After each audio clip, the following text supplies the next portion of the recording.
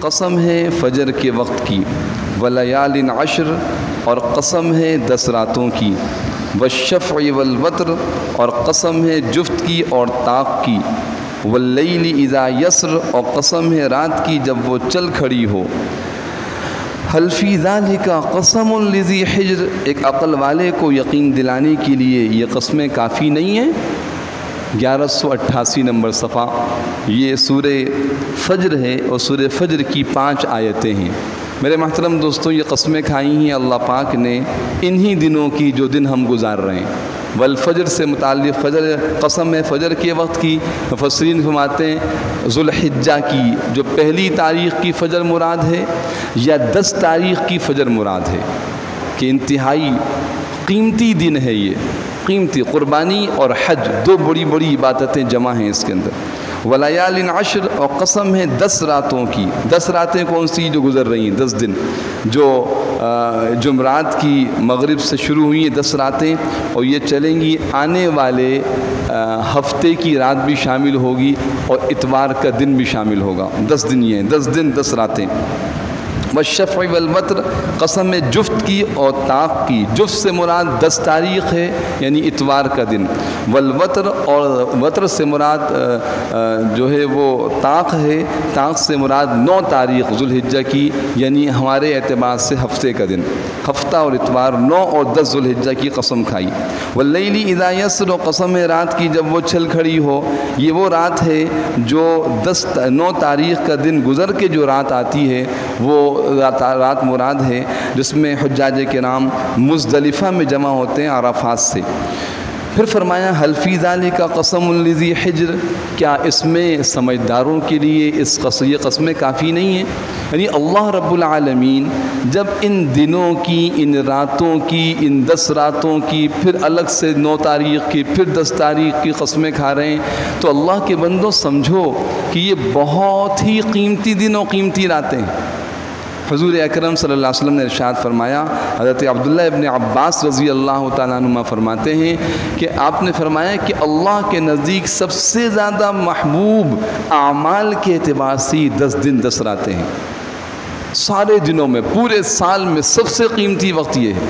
ہر عمل اللہ کو بڑا محبوب ہے، ہر عمل۔ ایک دن کا روزہ 1 سال کے روزوں کے برابر، ایک رات کی عبادت شب قدر کے برابر۔ اور میرے محترم دوستوں، اللہ کی طرف سے دعائیں قبول ہو رہی ہیں۔ اللہ پاک کے دربار میں ایک بڑی تعداد میں حجاج کرام بیت اللہ کے قریب جمع ہو چکے ہیں۔ کوئی پھر مینا جائیں گے، عرفات جائیں گے، مزدلفہ جائیں گے، پھر مینا آئیں گے، پھر بیت اللہ کے ارد گرد چکر لگائیں گے، طواف زیارت کریں گے، قربانیاں پیش کریں گے۔ یعنی یوں سمجھیے کہ ایسے خاص دن ہیں پورے سال کے اندر کہ اللہ کی رحمت متوجہ ہے، اعمال کی قدر و قیمت ہے، تو لہٰذا ان دنوں کو ہمیں نیک اعمال میں گزارنا چاہیے، خوب نیک اعمال۔ پوچھا اے اللہ کے رسول ہم کیا نیک اعمال کریں؟ کہا کثرت سے اس میں اللہ کی تکبیر بیان کرو، اللہ کی بڑائی، تحمید اللہ کی حمد و ثنا، تسبیح اللہ کی پاکی، تحلیل لا الہ الا اللہ۔ اس لیے جو تکبیر تشریق ہے نا، اللہ اکبر لا الہ الا اللہ، یہ واجب تو ان دنوں میں ہے 23 نمازوں میں، 9 تاریخ کی صبح سے لے کر 13 تاریخ کی عصر تک یہ تو واجب ہے۔ اور اس کے علاوہ میرے محترم دوستوں پورے عشرے میں کثرت سے پڑھنا چاہیے۔ اور اس کے علاوہ سبحان اللہ والحمد للہ ولا الہ الا اللہ واللہ اکبر خوب دھیان کے ساتھ کثرت سے پڑھیے۔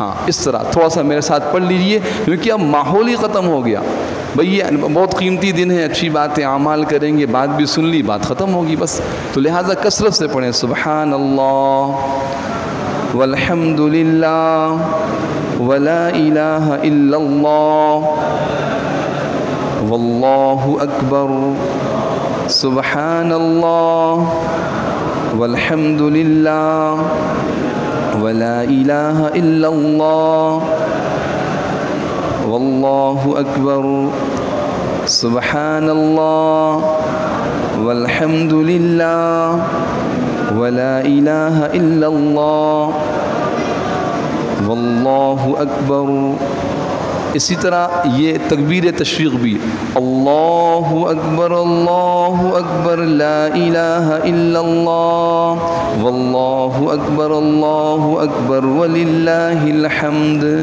اللہ اکبر لا الہ الا اللہ واللہ اکبر وللہ الحمد، اللہ اکبر لا الہ الا اللہ واللہ اکبر وللہ الحمد، اللہ اکبر لا الہ الا اللہ واللہ اکبر وللہ الحمد، اللہ اکبر لا الہ الا اللہ واللہ اکبر وللہ الحمد۔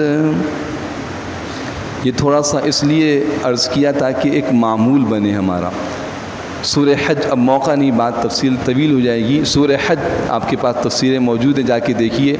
سورہ حج کے اندر اللہ رب العالمین نے ان دنوں کا تذکرہ کیا ہے، خاص یہ 10 دنوں کا۔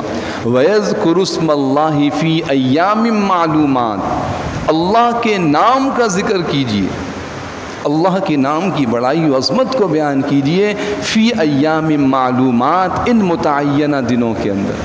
لہٰذا کم سے کم آخری درجہ دوستو یہ ہے کہ فرض نماز کے بعد، جن نمازوں کے بعد، جن فرائض کے بعد سنتیں فوراً نہیں ہیں، جیسے فجر اور عصر، اطمینان سے سبحان اللہ والحمد للہ ولا الہ الا اللہ 33 مرتبہ مستقل پڑھنا ہے۔ ابھی سے عادت ڈال لیجیے، عادت ختم ہو گئی ہے، یہاں سلام پھرتے ہم جلدی سے اٹھنے کی کوشش کرتے ہیں، ایسا نہ کریں۔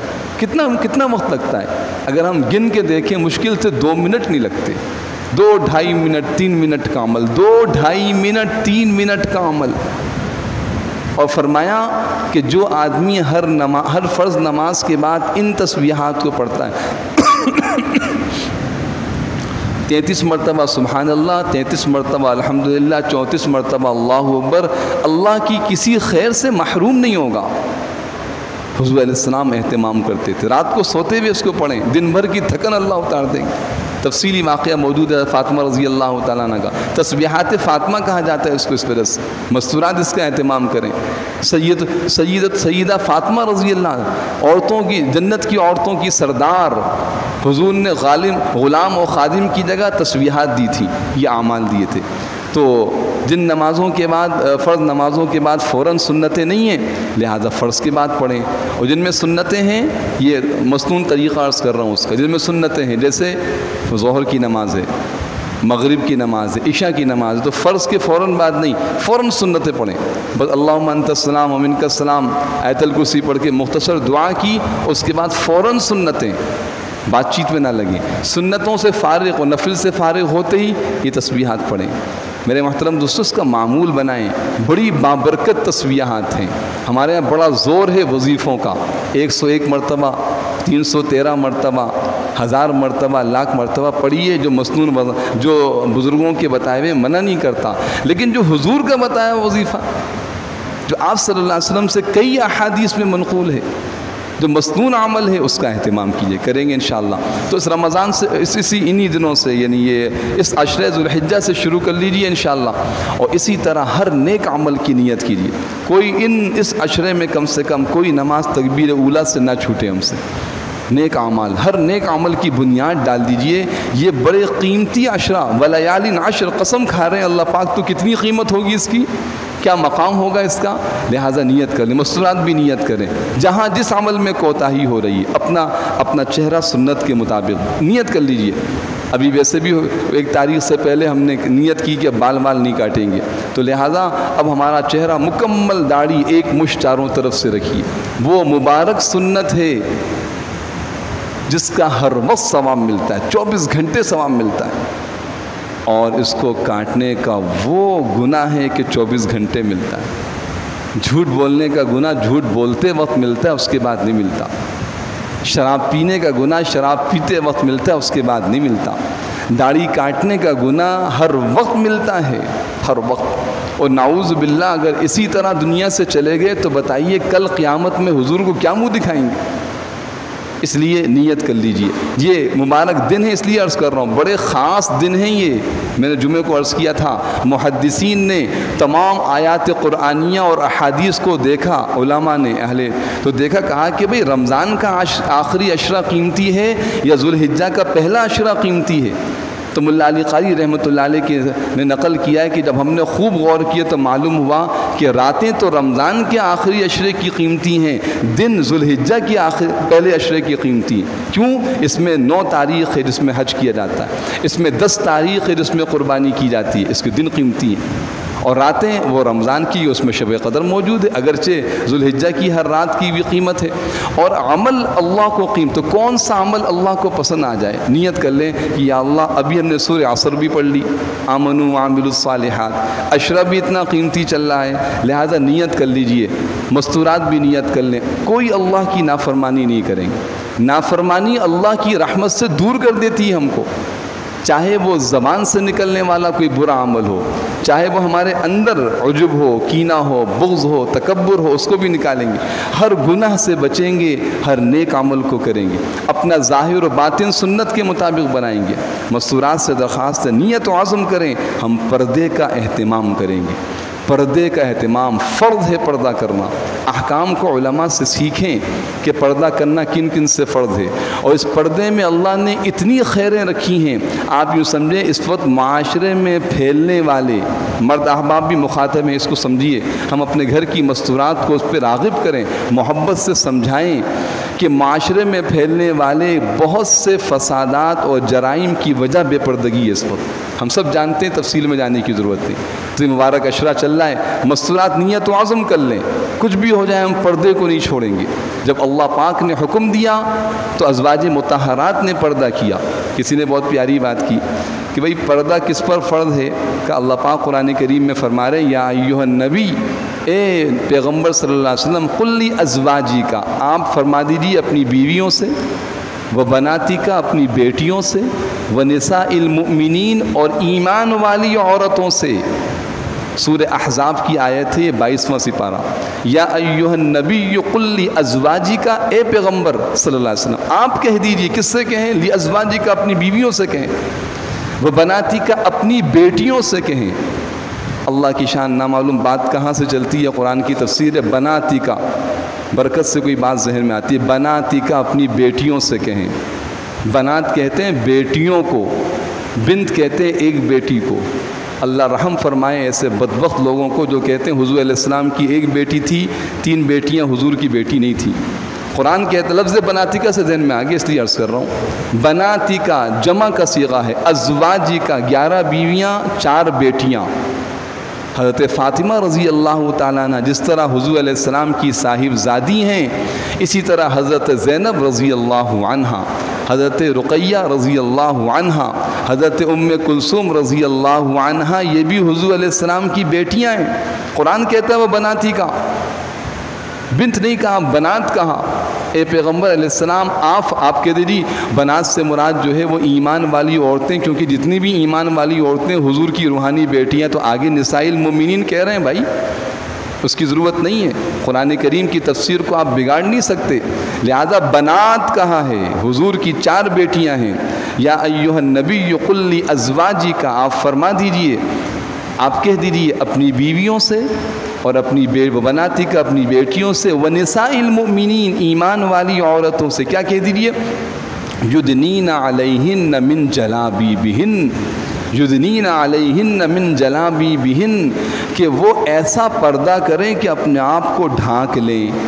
کتنا ڈھانک لیں، کس طرح ڈھانک لیں، پردے کی صورت کیا ہو، قرآن بیان کر رہا ہے، کہیں اور جانے کی ضرورت نہیں. آگے اسی آیت کا اگلا حصہ، یدنین علیہن من جلابیبہن ذالک ادنی ان یعرفن فلا یؤذین. ذالک ادنی ان یعرفن، یہ زیادہ قریب اور مناسب ہے اس طور پہ وہ پردہ کریں، لا ان یعرفن، کہ پہچانی نہ جائیں، ان یعرفن، کہ پہچانی نہ جائیں. ذالک ادنی ان یعرفن، پہچانی نہ جائیں. کون عورت ہے، کس عمر کی عورت ہے، کس شکل و صورت کی عورت ہے، یہ ہے پردے کا ضابطہ. برقع کیسا ہونا چاہیے، مفتی صاحب برقعے کی صورت بتائیے، اس کی شرعی حدود کیا ہیں. کیا چہرے کا پردہ کرنا ضروری ہے اسلام میں؟ مجھے شاید اس آیت کی تفسیر کو سمجھ لینے کے باوجود کسی تشریح کی ضرورت نہیں۔ ذالک ادنا ان یعرفنا، یہ پردہ ایسا ہو کہ پہچانی نہ جائیں، نہ پتہ چلے کون عورت، کس عمر کی عورت، کس شکل و صورت کی عورت، کس حیت و جثے کی عورت ہے۔ یہ ہے پردے کی صورت۔ اور پھر آگے اللہ فرما رہے جب ایسا پردہ کرو گی فلا یؤذین، پھر کوئی تکلیف نہیں پہنچے گی تم کو، پھر ستائی نہ جاؤ گی، پھر کہیں کوئی یہ ایسے واقعات رونما نہیں ہوں گے۔ اس لیے چونکہ احکام کی بات ہے، کچھ احکام ایسے ہیں جو فرض کے درجے کے ہیں۔ پردہ عورتوں کے لیے فرض اور آنکھوں کو جھکانا مردوں کے لیے فرض ہے، اس کا اہتمام ضروری ہے۔ تو دیکھیے ان اعمال کا ظاہر و باطن، قرآن و سنت، فرائض و واجبات، ان اعمال کا عزم کر کے اہتمام کیجئے اس مبارک عشرے میں، تو انشاءاللہ اللہ پاک ہمارے ان اعمال کو قبول فرما کر ہمیں پورے سال بھر کے پوری زندگی نیک اعمال کی توفیق عطا فرمائیں گے، کوشش کریں گے انشاءاللہ۔ قربانی میرے محترم دوستوں، یہ وہ عظیم فریضہ ہے جو در حقیقت امت کو پورے دین پر لانے کا ذریعہ ہے۔ اللہ کا قرب حاصل ہوتا ہے، اندر سے جذبہ اور نیت بنتی ہے کہ ہمیں اللہ کے حکم پر اپنی جان و مال کو لگانا چاہیے۔ قربانی کی تاریخ 2 جملوں میں ارشاد فرمائی حضور اکرم صلی اللہ علیہ وسلم نے، ما هذه الاضاحی یا رسول اللہ، قال علیہ الصلاۃ سنت ابیکم ابراہیم علیہ السلام، سنت ابیکم ابراہیم، تمہارے ابا جان ابراہیم علیہ السلام کی سنت ہے۔ کیا کیا تھا انہوں نے؟ اپنے بیٹے کی قربانی دی تھی۔ بیٹے کو ذبح کرنا کہنا بہت آسان ہے، ذرا تصور کیجئے، خصوصاً وہ احباب جن کا بیٹا ہو، جن کی اولاد ہو، آنکھیں بند کر کے تصور کیجئے، غور کیجئے، احساس ہوگا، اندازہ ہوگا۔ اگر یہ کہہ دیا جائے کہ اپنے بیٹے کو لٹائیں، اللہ کا حکم ہے، بیٹا کس نے دیا؟ اللہ نے دیا ہے، اس کا حکم ہے ذبح کر دیں اس کے نام پر، تو کیا کیفیت ہوگی؟ اصل مقصود یہ ہے، قربانی کی روح یہ ہے کہ جب ابراہیم خلیل اللہ نے اپنے بیٹے کو ذبح کرنے کے لیے لٹا کر پوری طاقت سے چھری چلا دی تھی، اے میرے محبوب کی امت، تم سے بیٹا نہیں ذبح کروایا جا رہا، تم سے تمہارے جذبات کی قربانی مقصود ہے، تمہارے عزائم اور نیتوں کی قربانی۔ جی چاہ رہا یہ کر لیں، نہیں، اللہ کے حکم کو مقدم رکھنا ہے۔ اس لیے فرمایا تم جو جانور ذبح کرتے ہو یہ نہیں پہنچتا اللہ تک، تمہارا تقویٰ پہنچتا ہے، نہ اس کا خون پہنچتا ہے، نہ اس کا گوشت پہنچتا ہے۔ لہٰذا قربانی کی روح کیا ہے بھائی؟ اللہ کے حکم پر ہر چیز کو، اپنی ہر خواہش کو قربان کرنا۔ کیا ملے گا؟ وہ ملے گا جو ابراہیم علیہ السلام کو ملا تھا، دنیا آخرت کی کامی، وہ ملے گا جو قربانی پر ملتا ہے۔ پوچھا اے اللہ کے رسول ہمیں کیا ملے گا قربانی پہ؟ فرمایا تم قربانی کا جانور ذبح کرو گے، ہر بال کے بدلے 1 نیکی، ہر بال کے بدلے 1 نیکی۔ حضرت فاطمہ رضی اللہ تعالیٰ عنہ سے فرمایا، فضائل عرض کر رہا ہوں قربانی کے، اے فاطمہ قربانی ہو آ جایا کرو۔ قربانی کا جانور ذبح ہوتا ہے، پہلا قطرہ زمین پہ نہیں گرتا کہ اللہ کے ہاں قبول ہو جاتا ہے اور پچھلے سارے گناہ معاف ہو جاتے ہیں، پچھلے سارے گناہ معاف ہو جاتے ہیں۔ فرمایا تم اللہ کی رضا کے لیے خوش دلی سے قربانی کرو، خوش دلی سے قربانی کرو۔ یہ جانور قیامت کے دن لایا جائے گا کہ اس کے سینگ بھی ہوں گے، اس کی کھال و بال بھی ہوں گے، اس کے کھر بھی ہوں گے، اور یہ نیک اعمال کے اندر تولا جائے گا پورا جانور۔ انہ لیاتی بقرونہا واشعارہا واظلافہا، سینگ، بالوں اور کھر کے ساتھ لایا جائے گا۔ تو اتنا اونچا عمل ہے میرے محترم دوستوں۔ فرمایا قربانی کے ان دنوں میں اللہ کے یہاں سب سے پسندیدہ عمل قربانی کے جانور کو اللہ کی راہ میں ذبح کرنا ہے۔ لہٰذا جن احباب پہ قربانی واجب ہے، مرد ہو یا عورت، حکم عرض کر رہا ہوں، تو وہ تو نیت و عزم کر لیں قربانی۔ ایک بے دینی کا دور، الحاد اور بے راہ روی کا دور چل پڑا ہے، مسلمانوں کے عقائد و نظریات کو متزلزل کرنے کی، شبہات میں ڈالنے کی کوششیں کر رہے ہیں۔ اہل باطل کی کوشش لگی پڑی، وہ دن رات ان کی اس کوشش میں لگے ہوئے ہیں۔ ایسے لوگ آپ کو ملیں گے کہ جناب اتنے سارے جانور ذبح کرتے ہیں، ان کا خون بہا دیا جاتا ہے، اتنا گوشت، کیا ضرورت ہے اس کی؟ لاکھوں کروڑوں اربوں روپے خرچ ہو جاتے ہیں۔ یہ اربوں روپے اگر انسانوں کی خیر خواہی اور انسانوں کی فلاح و بہبود کے لیے استعمال ہو تو اب ہم جو ایمان کمزور ہے، قرآن و سنت کو سمجھتے نہیں ہیں، ہم کہتے ہیں بات تو صحیح کہہ رہے ہیں نا، بات تو سمجھ میں آتی ہے۔ صرف کراچی میں کتنے جانور ذبح ہوتے ہیں، اگر وہ اربوں خربوں روپے لوگوں کی فلاح و بہبود پہ لگا دیے جائیں تو میرے محترم دوستوں، حکم وہ ہے جو اللہ فرمائیں، حکم وہ نہیں ہے جو ہماری عقل میں آئے۔ جس وقت کا جو حکم ہے، اس وقت کا حکم، آپ پورے سال انسانوں کی فلاح و بہبود کے لیے کام کریں، لیکن اس وقت کا حکم کیا ہے؟ وہ قربانی کا جانور ذبح کرنا ہے۔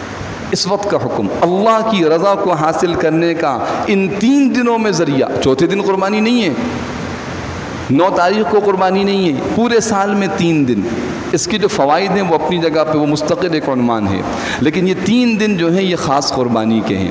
اور یہ اعتراض کون لوگ کرتے ہیں یہ بھی سن لیجئے، یہ وہ لوگ کرتے ہیں جن کی شادیوں میں لاکھوں کروڑوں روپے خرچ ہوتے ہیں، جو صرف تفریحات پر، ہوٹلنگ پر اور سیر و تفریح کے اندر ہزاروں لاکھوں روپے خرچ کر دیتے ہیں۔ دین بیزار لوگ، دین سے دور، وہ ان کو مسلمانوں کی قربانی ان کی آنکھوں میں کھٹکتی ہے۔ دراصل یہ اہل باطل یہود و نصارہ کے اعلی کار ہیں، وہ نہیں پسند کرتے کہ لاکھوں روپے خرچ کر کے کوئی حج کے لیے جائے۔ آپ نے دیکھا ساری دنیا کے اندر اس طرح کی کوشش کی کس طرح حج رک جائے، قربانی رک جائے، مسلمانوں کی یہ شعائر رک جائیں، تاکہ مسلمانوں میں اجتماعیت کی جو کیفیت ہے وہ ختم ہو جائے، جو دین اسلام کی بنیادی نشانیاں و علامات ہیں وہ مٹ جائیں۔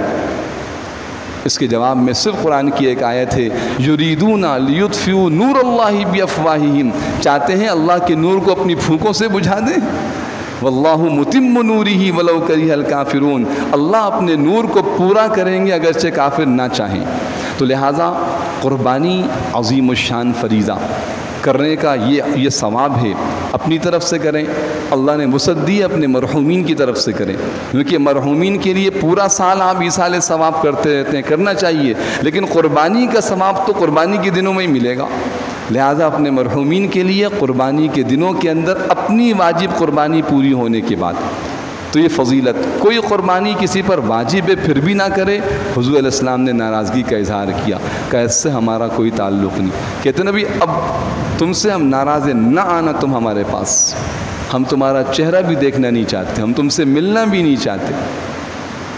اگر کوئی اولاد، کسی اولاد تو اس کے ماں باپ یہ کہہ دیں تم نے اتنا دکھایا میرا دل، ماں کہہ دے میں تمہیں دیکھنا نہیں چاہتی، مجھ سے نہ ملا کرو مجھ سے، والد یہ کہے کہ تم اپنا چہرہ نہ دکھایا کرو، میرے پاس نہ آیا کرو، تو کتنی بدبختی کی بات ہوگی۔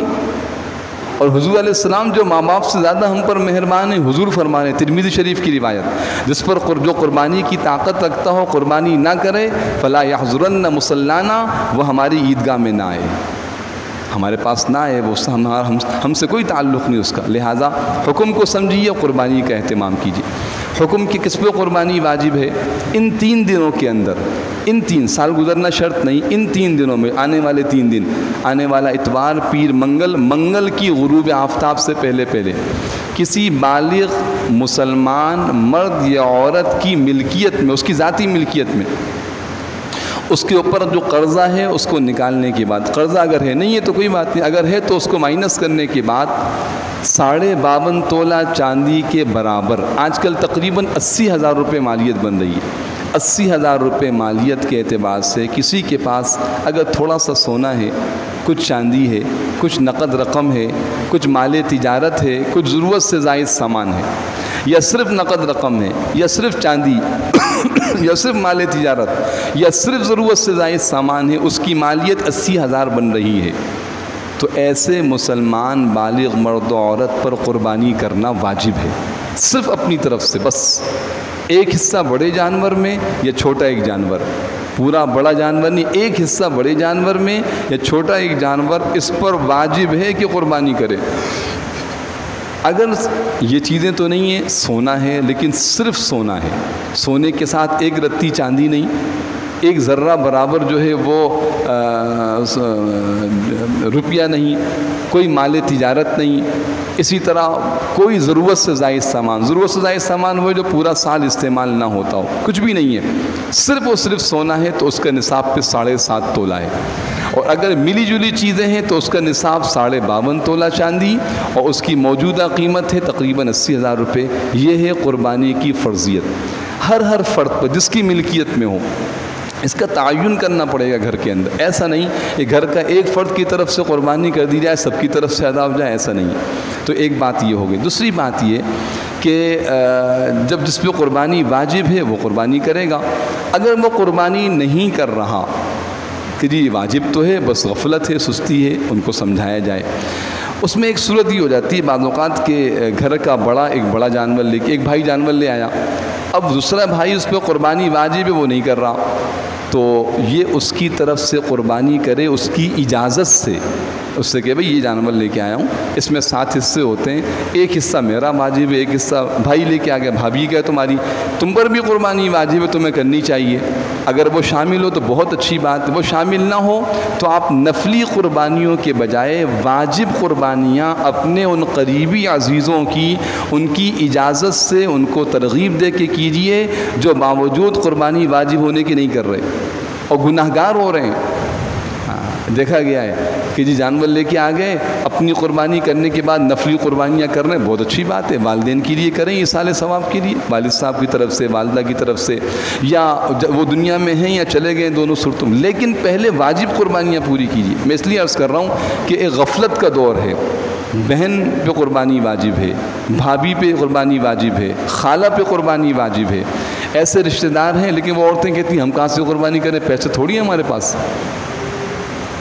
تو کسی کی واجب قربانی اگر آپ اپنی قربانی میں کریں گے, ایک شرط یہ ہے کہ یا تو وہ پیسے دے دے تو بہت ہی اچھی بات, نہ بھی دے, آپ کو اللہ نے وسعت دی ہے تو آپ ان کو کہہ دیں کہ جی آپ نیت کریں ہم آپ کی طرف سے قربانی کر رہے ہیں. یہ مسئلہ واضح ہو گیا جی. تو اس سے کیا ہوگا, پہلے واجب قربانیاں پوری ہوں گی, ہمارے کم سے کم ہمارے گھر کا کوئی فرد, ہمارے گھر کی کوئی عورت وہ غفلت کی وجہ سے سستی کی وجہ سے قربانی واجب ہونے کے باوجود اس فریضے سے محروم نہیں رہے گی. اگر ہمارے پاس وسعت نہیں ہے اس کو ترغیب دیں, سمجھائیں, اس کو کرنی چاہیے قربانی. واجب قربانیاں پوری کرنے کے بعد اب نفلی قربانیوں کی طرف آئیے. نفلی قربانیوں کے اندر زیادہ افضل یہ ہے کہ ہم مرحومین کی طرف سے قربانی کریں. کیونکہ دیکھیں مرحوم کوئی اپنا عمل نہیں کر سکتا, والد صاحب دنیا سے چلے گئے, والدہ چلی گئیں, دادا دادی, نانا نانی, قریبی عزیز ہیں, ان کی طرف سے قربانیاں کرنی چاہیے. اور ان کی مرحومین کی طرف سے قربانی کرنے کے 2 طریقے ہیں, 2 صورتیں ہیں اس کی. پہلی صورت یہ ہے کہ ان کے نام سے قربانی کی جائے تو ایک حصہ ایک مرحوم کی طرف سے ہوگا, ایک حصہ ایک مرحوم کی طرف سے ہوگا. والد صاحب کی طرف سے ایک حصہ, ایک حصے میں والد والدہ دونوں کو جمع نہیں کر سکتے. ایک حصہ دادا صاحب کی طرف سے تو ایک حصہ دادی کی طرف, دونوں کی طرف سے ایک حصہ نہیں ہو سکتا. بات واضح ہو رہی ہے. اگر مرحومین کے نام سے قربانی کی جائے گی تو ایک حصہ ایک مرحوم کی طرف سے ہوگا. ضابطہ یہ ہے کہ بڑے جانور میں ایک قربانی کے جانور میں زیادہ سے زیادہ 7 آدمی شریک ہو سکتے ہیں.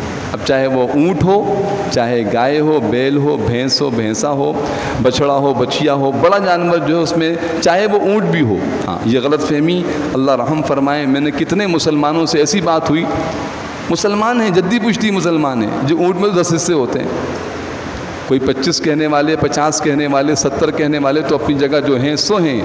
میں اور آپ بھی کہتے ہیں 10 حصے ہوتے ہیں اونٹ کے اندر. یہ ہماری دینی لا علمی کا مقام ہے, دین کو نہ جاننے کا درجہ ہے. اونٹ کے اندر بھی 7 حصے ہیں, گائے میں بھی 7 حصے ہیں, ہر بڑے جانور میں 7 حصے, ہر چھوٹے جانور میں ایک حصہ, بکرا, بکری, بھیڑ, دمبا ایک حصہ. تو 7 حصے زیادہ سے زیادہ, کم سے کم ایک حصہ پورا بڑا جانور بھی ایک آدمی کی طرف سے. تو اب جو ہم 7 حصے ہیں, پہلے واجب قربانیاں پوری ہوئیں, پھر ایک حصہ ایک مرحوم کی طرف سے. ایک طریقہ تو یہ ہوا. دوسرا طریقہ یہ ہوا کہ ہم نے ایک حصہ واجب قربانی میں نے اپنی طرف سے کی اور ایک حصہ واجب قربانی نفلی قربانی میں نے اپنی طرف سے کی. واجب قربانی کے لیے دوسرا حصہ میں نے اپنے ہی نام سے کیا, نفلی قربانی. پھر اس نفلی قربانی کے بعد میں نے دعا کی کہ یا اللہ پاک اس قربانی کا ثواب میرے والد صاحب کو, والدہ کو, دادا دادی کو, نانا نانی کو, فلاں فلاں مرحوم کو, تو پھر اس کا ثواب کئی لوگوں تک پہنچایا جا سکتا ہے. اس کے لیے ایصال ثواب کئی لوگوں تک ہو سکتا ہے۔ قربانی ہوگی صرف میرے نام سے، نفلی قربانی، میری واجب قربانی کے بعد، اور اس کا ثواب پھر کئی لوگوں تک جائے گا۔ اور اگر متعین طور پہ قربانی کر رہے ہوں گے تو وہ قربانی صرف ایک مرحوم کی طرف سے ہوگی۔ یہ دو طریقے ہیں مرحومین کی طرف سے قربانی۔ مرحومین کے ساتھ ساتھ اللہ پاک نے وسعت دی ہے، موقع ہے، تو حضور اکرم صلی اللہ علیہ وسلم کی طرف سے قربانی کرنی چاہیے۔ حضور علیہ السلام نے مشکاۃ شریف میں آتا ہے کہ ایک قربانی یہ قربانی میں کر رہا ہوں اپنی امت کے ان لوگوں کی طرف سے جو قربانی نہیں کرتے۔ ہاں، تو آپ صلی اللہ علیہ وسلم نے امت کی طرف سے قربانی کی، تو ہمیں بھی آپ صلی اللہ علیہ وسلم کی طرف سے قربانی کرنی چاہیے۔ اللہ نے وسعت ہمیں دی ہے۔ قربانی کے بعد اس کا جو گوشت ہے، دیکھیے کوشش یہ ہو کہ اس کا گوشت ہم خود بھی استعمال کریں، رشتہ داروں کو بھی دیں، اور فقراء اور مستحقین تک پہنچائیں۔ اجازت تو ہے سارا گوشت خود بھی کھا سکتے ہیں، اجازت ہے سارا بھی دے سکتے ہیں، لیکن بہتر صورت یہ ہے، کیونکہ قربانی کا گوشت بابرکت گوشت ہے۔ بعض لوگ نہیں کھاتے قربانی کا گوشت، نہیں، قربانی کا گوشت کھانا چاہیے۔ تو اس لیے تقسیم کر لیں، اس طرح 3 حصے کر لیں۔ کچھ حصہ مستحقین، اپنے دیکھیں ایسے مستحق لوگوں کو تلاش کریں، ان تک قربانی کا گوشت پہنچائیں، جن کے یہاں قربانی نہیں ہوئی، جن کے پاس اتنی وسعت نہیں، پورے ہفتے گوشت نہیں پکتا ان کے یہاں، پورے مہینے گوشت نہیں پکتا آج کے دور میں ان کے یہاں، وہ سبزی اور دال کی اخراجات اتنے ہیں کہ وہ گوشت نہیں پکا سکتے۔ اللہ نے موقع دیا ہمیں، ہم قربانی کر رہے ہیں، ایسے لوگوں کی ابھی سے فہرست بنا لیجئے، فہرست بنائیے، ان تک خود پہنچائیے گوشت۔ اور اسی طرح اپنے رشتہ دار، تعلق والے، پڑوسی، ایک حصہ ان کے لیے، ایک حصہ اپنے گھر کے اندر رکھیں۔ تو قربانی کا گوشت مرحومین کی طرف سے قربانی کریں تو بھی اس کا گوشت استعمال کیا جا سکتا ہے۔ اسی طرح میرے محترم دوستوں، قربانی کے اندر جو بنیادی چیز ہے وہ اللہ کو راضی کرنے کی نیت۔ ایک آدمی بھی اگر ہم مشترکہ قربانی کر رہے ہیں، اجتماعی قربانی، ایک کی نیت بھی اگر گوشت کھانے کی ہو گئی، ایک کی نیت بھی اگر دکھلاوے کی ہو گئی، تو میرے محترم دوستوں قربانی قبول نہیں ہوگی، قربانی قبول نہیں ہوگی۔ اس لیے یہاں قربانی میں سب سے بنیادی چیز اللہ کی رضا ہے، اور اسی طرح قربانی کے اندر بنیادی چیز مال کا حلال ہونا ہے۔ اللہ کی حضور ایک قربانی پیش کر رہے ہیں، مالی حلال نہ ہو تو کیسے پیش ہوگی؟ لہٰذا اس کی کوشش کیجیے، حلال مال کا اہتمام۔ ایک شریک کا بھی اگر مال حلال نہ ہوا، کسی کی قربانی درست نہیں ہوگی۔ اگلی ایک اہم مسئلہ، مسائل بہت زیادہ ہے، ایک اہم مسئلہ کہ قربانی کے اندر اگر اجتماعی قربانی میں، مشترکہ قربانی میں ایک حصہ ایک فرد کی طرف سے، یا ہر ایک فرد کا حصہ وہ 7واں حصہ ہو، اس سے کم نہ ہو، کسی فرد کا حصہ 7ویں سے کم نہ ہو۔ 7ویں سے کم نہ ہونے کا کیا مراد ہے کہ میں 2 حصے لے لوں تو 7واں 2 حصے میرے پاس آ گئے، 3 4۔ ایک حصہ ایسا ہے اس میں 3 4 آدمی شریک ہیں، ایک حصہ ایسا ہے اس میں 2 آدمی، ایک حصے میں 2 شریک ہیں، تو دونوں کا حصہ 7ویں سے کم ہو گیا نا بھائی، 7ویں سے کم ہو گیا، تو لہٰذا یہ قربانی کسی کی درست نہیں ہوگی۔ ہر ایک کا حصہ، میں پھر عرض کر دوں، ہر ایک کا حصہ 7ویں سے کم نہیں ہونا چاہیے، یعنی پورا 7واں حصہ ایک آدمی کا ہو، مشترکہ حصہ نہ ہو۔ لوگ کیا کرتے ہیں کہ 6 حصے تو پورے ہو گئے، اب 7ویں حصے میں سب نے پیسے ڈال کے ایک حصہ کر لیا، حضور علیہ السلام کی طرف سے ہو گئی۔ یہ درست نہیں ہے۔ طریقہ اس کا یہ، درست طریقہ اس کا یہ کہ اس ایک حصے کی رقم کا ایک فرد کو مالک بنا دیا جائے، یہ آپ اس کے مالک ہو گئے، اب آپ حضور علیہ السلام کی طرف سے کر دیں، اب آپ فلاں مرحوم کی طرف سے کر دیں۔ مشترکہ حصہ نہیں ہونا چاہیے، بلکہ وہ حصہ فرد واحد کی طرف سے متعین ہونا چاہیے۔ بات واضح ہو رہی ہے، اس کا اہتمام کریں۔ اور اسی طرح جو قربانی کے ایام ہیں وہ پہلا، دوسرا اور تیسرا دن ہے۔ پہلے دن قربانی جب شہر میں ہم کریں، پورے شہر میں کہیں بھی عید الاضحیٰ کی نماز ہو جائے، اس کے بعد قربانی کرنا درست ہے پہلے دن۔ دوسرے دن تو اس ٹائم کریں، رات کو قربانی کرنا درست ہے، لیکن کراہت ہے اگر روشنی کا ناقص انتظام ہو۔ روشنی کا کامل انتظام ہو تو رات کو بھی قربانی کی جا سکتی ہے۔ اور تیسرے دن غروب آفتاب سے پہلے 1 منٹ پہلے بھی اگر جانور ذبح کر دیا تو قربانی درست، ورنہ قربانی درست نہیں ہوگی۔ تیسرے دن غروب آفتاب سے پہلے قربانی کا وقت ہے۔ بنیادی احکام ہمارے سامنے آ چکے ہیں۔ اللہ سبحانہ و تعالی تعالی ہم سب کو خوب شوق و رغبت کے ساتھ اپنی رضا کے لیے اور قربانی کے منافع اور روح کو سامنے رکھتے ہوئے اس فریضے کو ادا کرنے کی توفیق عطا فرمائے۔